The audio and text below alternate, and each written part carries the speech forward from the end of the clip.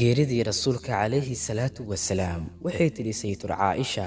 waxaa dhacday gacantii nebiga waxaa madaxiisu ka cuslaaday dhabteeda waxaan ogaaday inuu dhintay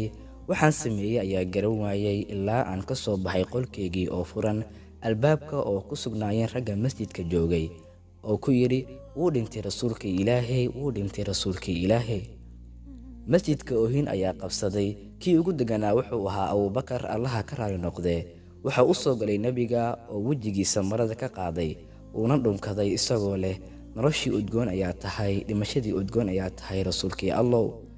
cumar waxa uu ahaa mid diidan geerida rasuulka calayhi salaatu wasalaam isagoo leh wallaahi muu dhima rasuulkii ilaahay uu soo noqonayaa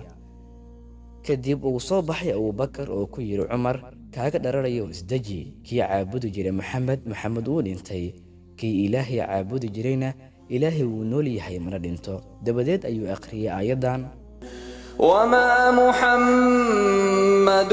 إلا رسول قد خلت من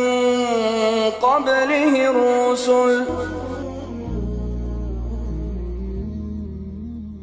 seefta ayaa ka dhacday gacantii cumar binu khadaab wuxuu yidhi markaan yaa ogaaday inuu dhintay waan soo baxay anigoo raadinaya meel aan fadhiisto keligay oo aan ku ooyo